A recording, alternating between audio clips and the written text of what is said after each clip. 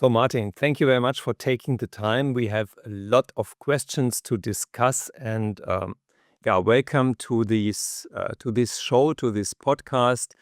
Great to have you here. Oh, you're welcome, Ralf. I'm very excited to be doing or recording my first podcast with you. So I'm ready. It's all yours.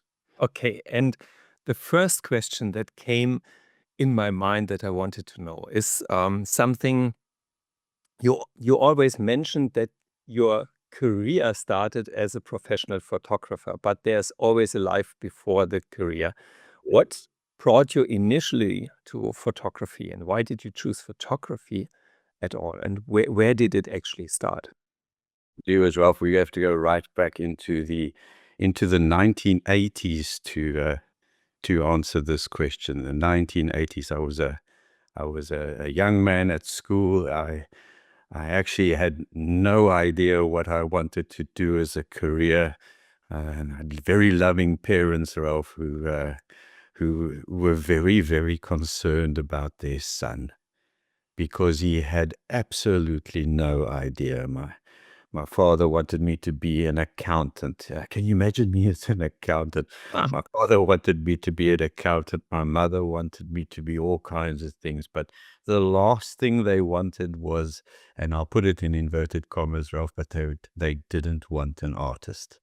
So I was in my final year of school, and the parents were putting lots of pressure on me, saying, what do you want to do? Make sure your grades are good enough so you can go to university and all of that. And all Martin was interested in was school friends, sport, and anything that happened outside the classroom. I'm not an academic at all. I think I'm the world's worst student. So we got to that stage of writing the finals, and I still had no idea. But what brought you to photography specifically? Because art could be everything. And I think I know parents who ask their children, what do you want to become? They say an artist, and they say, oh no, don't you want to do something real? Yes, my dad said to me when I wanted to do art in my early grades, because I didn't want to do art just because I thought I would enjoy it. I wanted to do art because it seemed like an easy subject to me.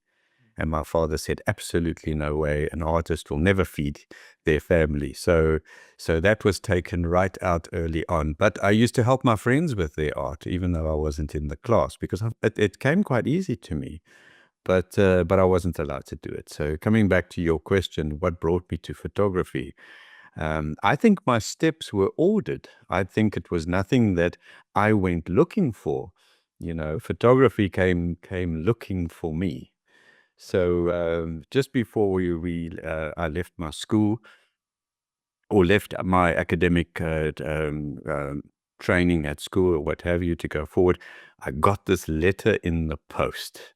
And the letter was from the South African government informing me that I was theirs and that I needed to make sure that I took some basic belongings of mine, some clothes, a toothbrush, and a few other things. And I needed to turn up at the railway station because I was being inscripted into national service. In a way, I think my parents were quite relieved that I was going to be doing something, but still they were very concerned about what was going to become of me. Certainly, because I had absolutely no idea. So that's where things started to happen. I completed my basic training, and I actually completed basic training twice. Because at one stage at the beginning I was taken into an infantry battalion, and then after that I was taken through to the Navy. And it was in the Navy where it was around about a year and a half into my 2 years of service that I picked up a camera one day, and that was it. It was like that sudden moment, that sudden realization that this is actually quite nice. This is something that I don't mind doing as a hobby, of course, because, I had no idea where it would go to. So I was a keen sportsman. So I used to do, I would play anything, any game, anything, any whatever. If I had a ball, I would play at it. And I loved water sports as well. So I was windsurfing at the time, and a friend of mine took me out with him. We went out to go do some windsurfing. And that was the moment. We were sitting there on the side. The wind was really up. And he came to me and he said, I've got a really nice camera that I take pictures of people windsurfing, but nobody takes pictures of me. So he said to me, would you please take a few photographs of me? I said, Baba, I don't know how to do this. And he took out this camera. Oh my goodness, I can still feel it today. I can feel the weight of the camera. And he had this like super long lens. It must have been something like a 400 millimeter or 500 millimeter lens. And he said, well, we'll just put it to auto. Even in those days, in the early 80s, it was a Pentax. I'll never forget it. I think it was a Pentax ME Super. And it had an automated mode where he could just set it to auto, open the aperture nice and wide, and he put in a roll of, 400 ISO film. And he said, if you can just focus and take photos of me, I'd appreciate it. Well, there was divine intervention, Ralph, because that day the light must have been perfect, or was perfect. The shutter speed that had been chosen by the camera was excellent. The background was superb for the light meter to work correctly, as it just all came together. And I ended up photographing a roll of film for this guy. And just holding the camera, I just knew there's something here. That's why I'm saying it's divine intervention, and photography came and found me. And just to take it one step further, left that day, and I thought nothing of it. I mean, it was a nice thing that happened, and a few days later, or a week later, after he had processed the film, again, divine intervention took place, because the lab where he handed it in at to have it developed, he asked for little postcards. They misheard him, and they printed these 8 by 10 inch enlargements of everything. And when he went to go and fetch it, he complained. And of course, the lab gave it to him at the postcard price. But yeah, he comes bursting into my room, and he says, "Are you a professional?" So I said, "At what?" And he said, "At photography. You look at these photographs." And he put one after the other down, and it was, yeah, I mean, it was just absolute fluke. But that moment, I knew this is something I wanted to do. The very next day, because I'm a completely impulsive person when it comes to that sort of thing, the very next day I took all my little savings, and it wasn't much that you get when they, from the Defence Force, and I scraped every cent together, and I went down into the center of Cape Town, and I went and bought my first SLR camera. Okay. The Pentax, as you mentioned, um, nowadays in the digital area, all these brands from the earlier days almost disappeared. And what was your camera that you bought then? It was a Pentax. Ah, It okay. was like the Sherman tank of cameras. I couldn't afford much, so I ended up buying a Pentax K1000. I mean, when you pick it up, it feels like a tank. And I managed to get the standard lens with it, because it came as a package. So I got the 50 millimeter f1.8 Pentax K1000, 2 little batteries, or 1 little battery that ran the light meter, because it was a mechanical camera. It only had a little needle light meter. And I managed to buy a small gadget bag. But I remember that day as if it was yesterday. I just, yeah, you cannot believe, just, driving home. Well, actually, when I say driving home, I didn't drive home. I went home on the train, because I didn't have a car at that stage. But, on the train, sitting there with this camera in the box. And that's why I always say to people on my talks, there's nothing like unpacking a new camera. The smell of a new camera, the little instruction booklet, and the packaging. It's just a special moment, and that comes from that moment. Yeah, I can relate to that. And Yeah, as the Pentax was doing these incredible results in the first place, what other brand could you buy then? Of course, it was the camera that made the pictures. Yeah. Exactly. Yeah. But I mean, at that stage, Nikon was very strong, Canon was very strong, but those brands were out of my reach. I couldn't afford it. I was a real cheapskate at that stage. I mean, a young kid just out of schooling in the military, earning a tiny little salary that the government used to pay you. I mean, that's what I had. But what I did know is that photography was something that I was interested in. And do you know, Ralph, what's really strange is that when I told my parents I wanted to do art, my dad nearly had a cadenza, because that's where he said an artist will never be able to put food on the table, really. And I understand today how difficult it is maybe as a career as an artist. So I can understand his concern. But, when I phoned home and I said to them, I bought a camera and I'm doing photography, that was okay for him. That was like, okay, well, that's a mechanical thing. And I don't think he ever saw it as a career, but he was okay with that. As I said, I had loving parents who was really concerned about me, but the fact I'd found something else to do, I think they were quite happy with that. And later on in my career, I must admit, my dad became my biggest, I don't even want to call it fan, but supporter. Just helping me financially, helping me emotionally, helping to feed me, and all that sort of thing while I was carving my way into this incredible and interesting career. But those days, did you even consider to become an artist? So to see this as an art, or was it more photography, or what? How did it feel for you? It was a hobby. It was an incredible medium in order to record a moment in time. So I purely saw it as a part-time thing, something that I could do in my part-time besides, playing golf or sport, but something else that I could do. And I looked forward to those sessions. And I mean, it really, you must remember those days there was no YouTube. There was no internet. There was, the best I could do was go along to the news agency stand and go and buy magazines, popular photography and practical photography of those early days.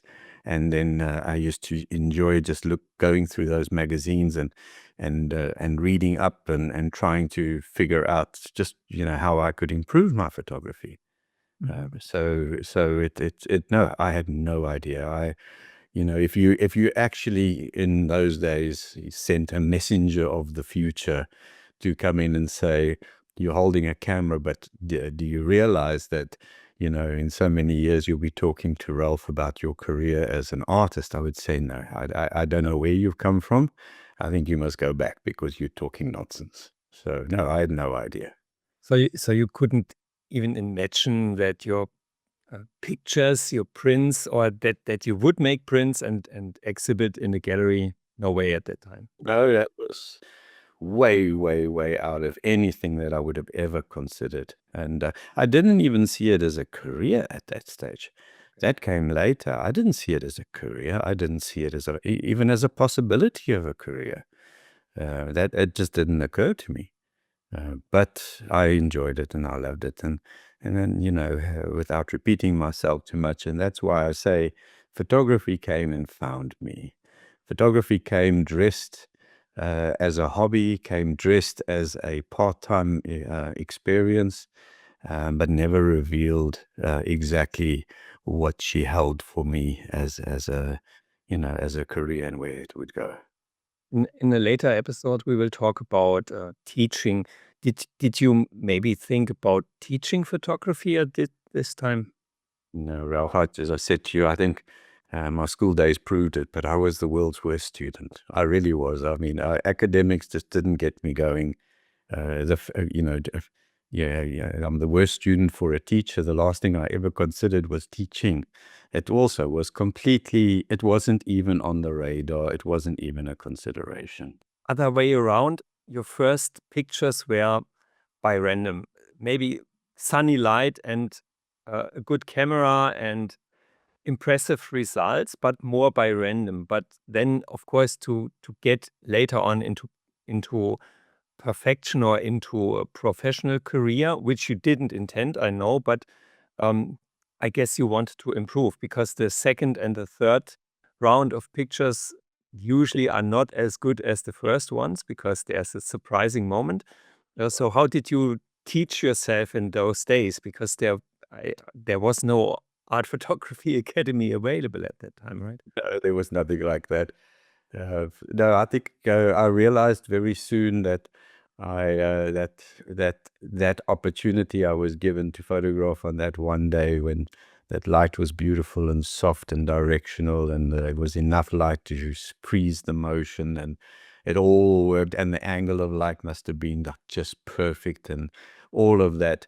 I realized very soon that that was, I was just, yeah, I don't want to say fluke, but I think it was. Because, my first roll of film, and again, you must understand that, again, we're on a shoestring budget here, it's not much money, so every single exposure counts. And I remember handing my film in for processing, so excited to go and fetch it to see what I got. When the guy gave me back the photographs across the counter and I looked through them initially, I didn't think they were mine. I hardly, sort of recognize things, and because my exposures were all over the place, everything was wrong. And when I looked at it, I thought, no, these are not mine. Mine are brilliant. Where are mine? And of course, you then recognize something that in the photograph that it was yours, and then, well, then the journey starts. Then you realize that that you don't know anything, and you're actually not that good. Yeah. It's the consistency in your photography, which I think brands you as a better photographer. And not those 30 days, I was not consistent at all. I can relate to that. In my case, what I discovered with every new camera that I had, the first pictures that I was taking and looking at, I was asking myself, where are these pictures that they showed in the brochure? That's not what they promised to deliver. And so, And I also found that very different from today, because all the advertising for cameras and that is online. Everything is on video and movies. But in those days, they did beautiful glossy brochures for photography. and on the boxes, there were most beautiful pictures to see. Yeah, but I often thought later that you could actually hold the camera manufacturer responsible, because a lot of the photographs they were showing were not possible without overriding exposure. So they would show you what you could do, but they wouldn't tell you how you could do it. And you look at those brochures and you say, well, yeah, this is brilliant. But like you say, when you look at your first results, it's pretty similar to today. You wonder, where you sold a dud or what have you. I must also tell you that in the practical magazines or popular photography, I can't remember which I was then buying from the news agency, there was an article about exposure readings.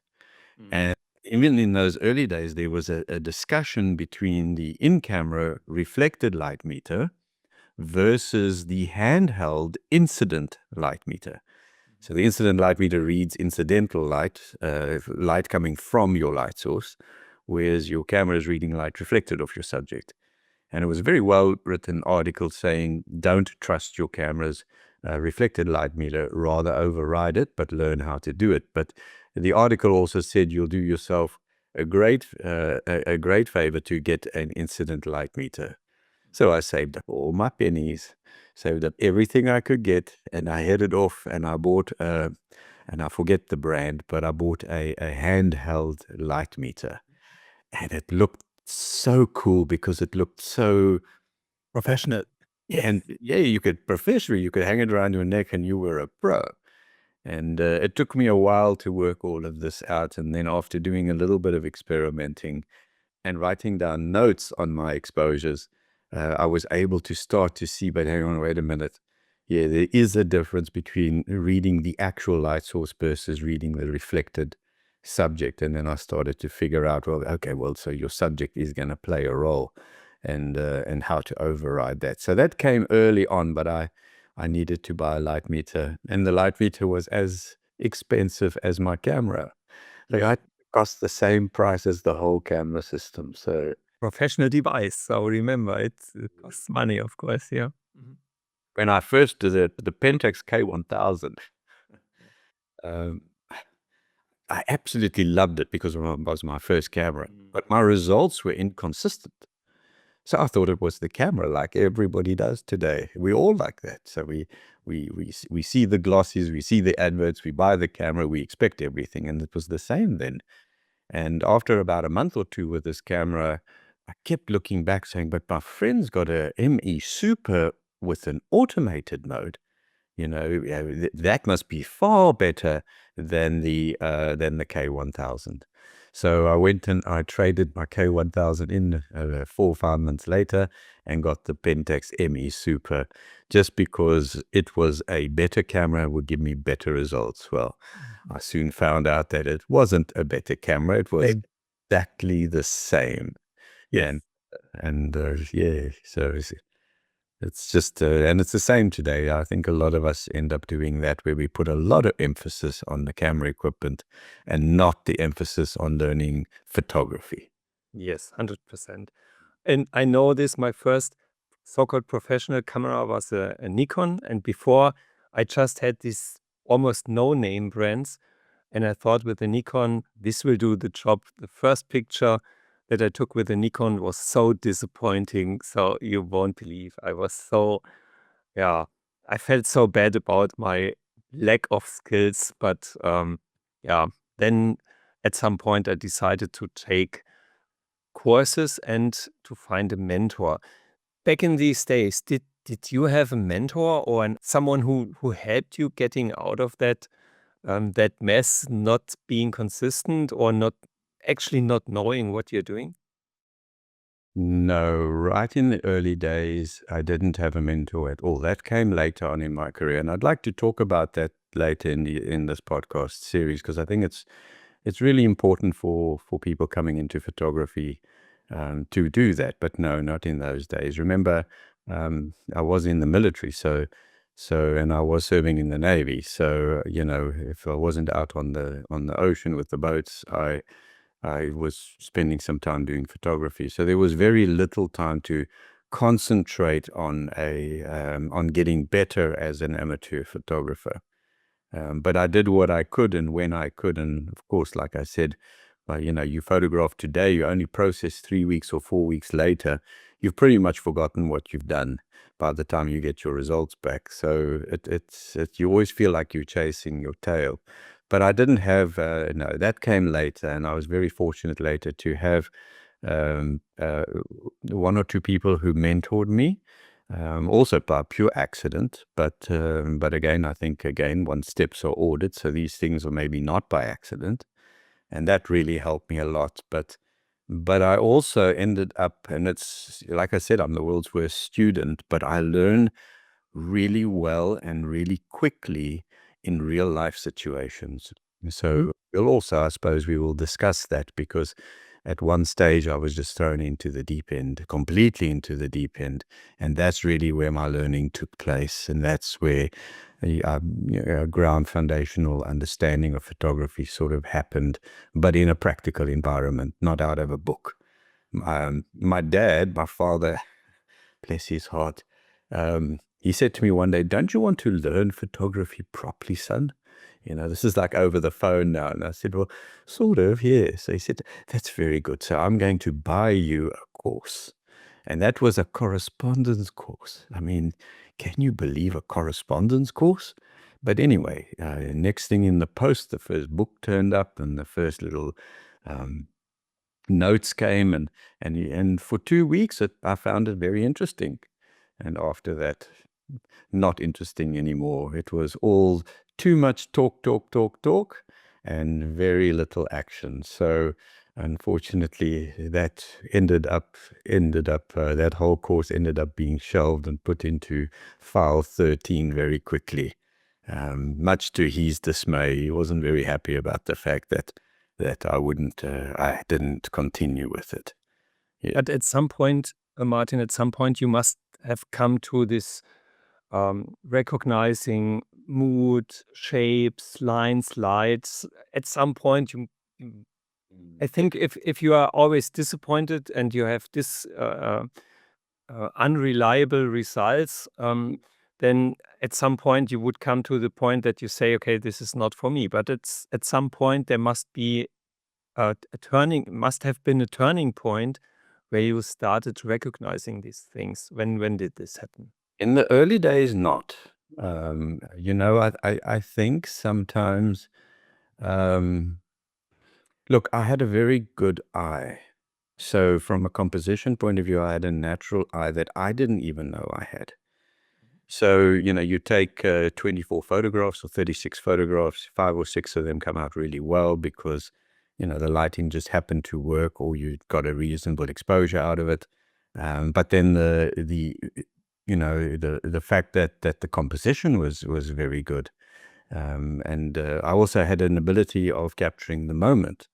It was just a natural thing, I guess, which I didn't even know I had, because I think sometimes that gift and talent is held from us because otherwise we get a big head very quickly. So we sometimes don't recognize that in ourselves, and I didn't.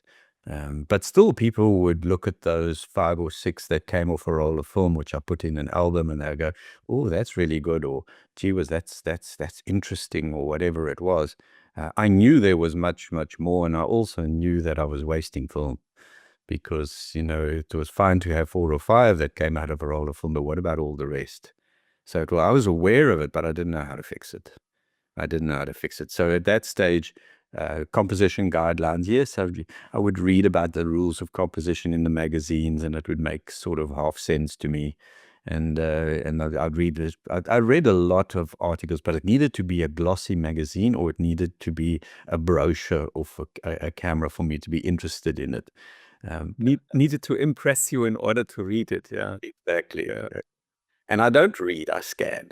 It's yeah. still today I'll be told that that's something I need to consider, but I scan things. I scan information quickly, and I try to, get as much information as quickly as possible. So, and it was like that in those days. I needed practical, on-the-job training to get me going, and then I needed a recognition to understand how I could improve in a professional environment, and that all happened later. So as I understand it, you were very much into learning, discovering photography, but from looking back from today, you would probably have never imagined your journey that you actually took. No, completely. It was a journey, and it's taken many little paths and many different roads. But if I look back today, that's why I keep saying I feel like my steps have been ordered, because the structured plan that turned out afterwards, if I look back, was actually really good. It's like when you're hiking through the mountains and you're saying, "Oh, I think I'm going the wrong way." And I think of it, when you finally get to your destination, you look back, you can say, "Well, that's the only way that would have worked for me." And that's how my career felt. It felt disjointed, it felt crazy, it felt weird, but things were unfolding, and fortunately, it went in the right direction, and I was very fortunate in how it unfolded from there. But to come back to where we were, no, at that stage I had no idea. I still didn't know what I wanted to do as a career. All I wanted to do was get finished with the Defense Force as quickly as possible. It was 2 years that I had to complete. That eventually changed later, which I'll talk about in a moment. I wanted to get out. I wanted to get back to freedom.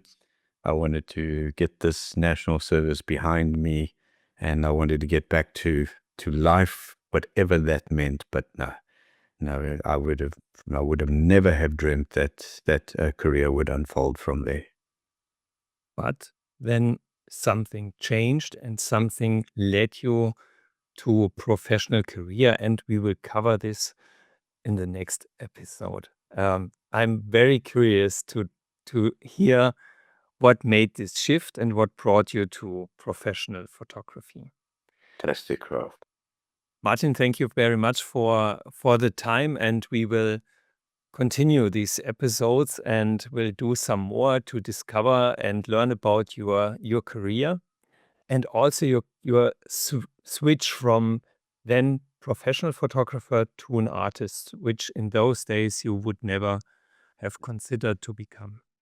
Completely. What I dreamt that I could do in the early days of my schooling, what I felt that I would have wanted to do and liked to have done, eventually became what I am doing. And photography was the vehicle to take me there. So that journey from amateur photographer, I'm going to go from hobbyist to amateur photographer to professional photographer to photographic artist to artist is what has it been, a 40-year journey. So we've only just scratched the surface. We are only 2 years into Like, even. I guess that's the case. Okay, so again, thank you for taking the time and see you next time in the next episode. You're so welcome. Cheers.